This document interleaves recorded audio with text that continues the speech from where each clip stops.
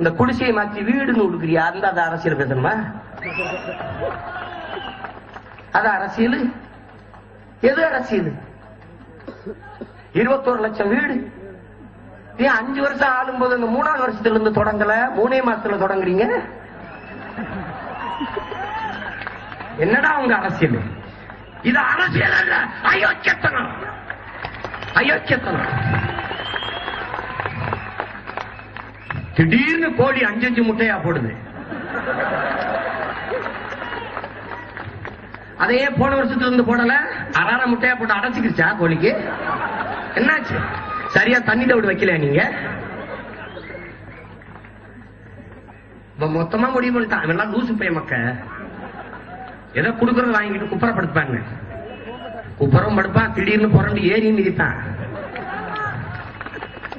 நினைச்சுக்கிட்டு இருக்க நீ.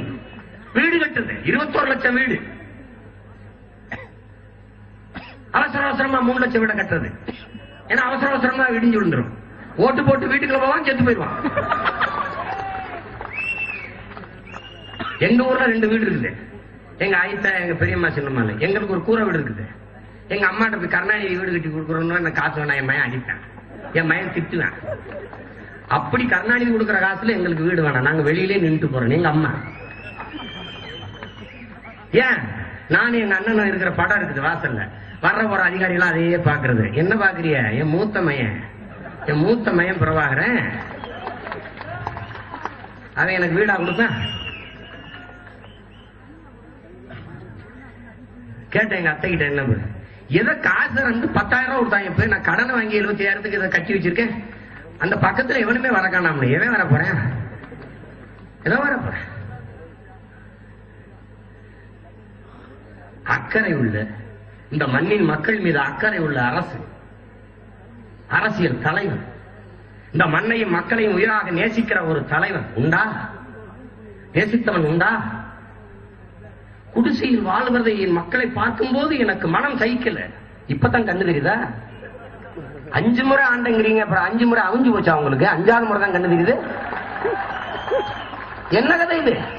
இவ்வளவு நாள் குடிசையில் இல்லாம எங்க இருந்தாம? இங்கதான் இருந்தா. நீங்க ராகுல் காந்தியோட பெரிய கம்பக்கா இருக்கீங்க. நீங்க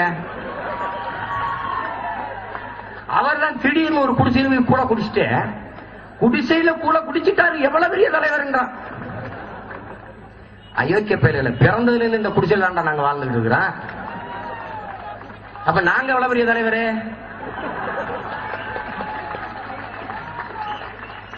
ஒரு நாள் கூழ் குடிச்சதுக்கே நீங்க பெரிய தலைவர்னா, நாங்க பிறந்ததுல இருந்து அதை தவிர வேற எதையும் குடிக்கல. பால் கூட குடிக்கல, கூழ் தான் குடிக்கிறோம். அன்பு சகோதரா ராகுல் காந்தி, நாங்க இந்த குடிசையில் இருந்து கூழ் குடிக்க காரணம் யார் தெரியுமா? உன் தாத்தன், உன் பாட்டி, அப்புறம் அப்பன், இப்ப ஆத்தா, நாளைக்கு நீ.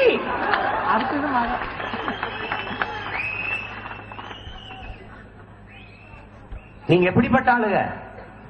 நாட்டுக்காக வீட்டை கொடுத்தார் மோதிலால் நேரு, நாட்டுக்காக வீட்டை கொடுத்துறாருன்னு 50 வருஷமா அந்த நாட்டை எடுத்துக்கிட்டு ஒரு ஓட்ட வீட்டை கொடுத்து விட்டு. இங்க ஒரு ஆள் இருக்கிறாரு, 50 வருஷமா நாட்டை எடுத்துக்கிட்டு ஒரு ஓட்ட வீட்டை தர்றேன்னு இருக்காரு, இன்னும் தரல.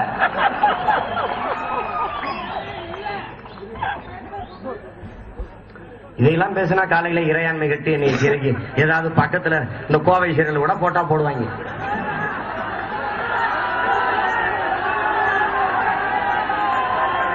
இந்த எனக்கு இறைவனும் இல்லை, இறையாண்மையும் இல்லை.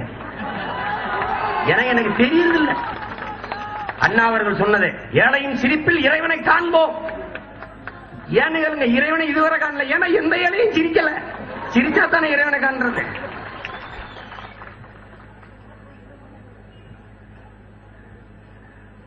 மூணு லட்சம் வீட கட்டியாச்சு. மீதி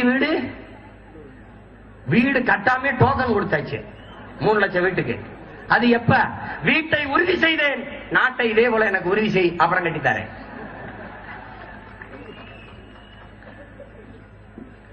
தேர்தலுக்கு பரப்புரையில அந்த ஒரு வீடு வண்ண அடிச்சு ஒரு 2 குடும்பம் இருக்கும்போது தமிழக முதல்வர் கலைஞர் அவர்கள் சக்கர நாட்கள் உட்கார்ந்து படம் எடுத்து சுவரொட்டி வருதா இல்லையான்னு மட்டும் பாருங்க. இந்த சாதனைகள் தொடர என்று வரும். அதை அடிச்சு விட்டு நாங்க நாம் தமிழர் கட்சி இந்த வேதனைகள் தொடர. நாட்டு மக்களை குடியிருக்கிற வீடு கட்டிக்கிற வக்கு இல்லாம, குண்டியில கட்டிக்கிற சீலதுணி வாங்க வக்கு இல்லாம, பொண்டாட்டி கட்டி வாழ்றதுக்கு வக்கு இல்லாம, உடுப்பு அடுப்பு சோறு தண்ணி கர்மம்டா எல்லாத்துக்கும் கையேந்தி நிக்கிற நிலைமையில நிறுத்திட்டு சொல்றான் சாதனை பாரி. இதுல அரசு காசுல விளம்பரம் வேற, சாதனை பாரி.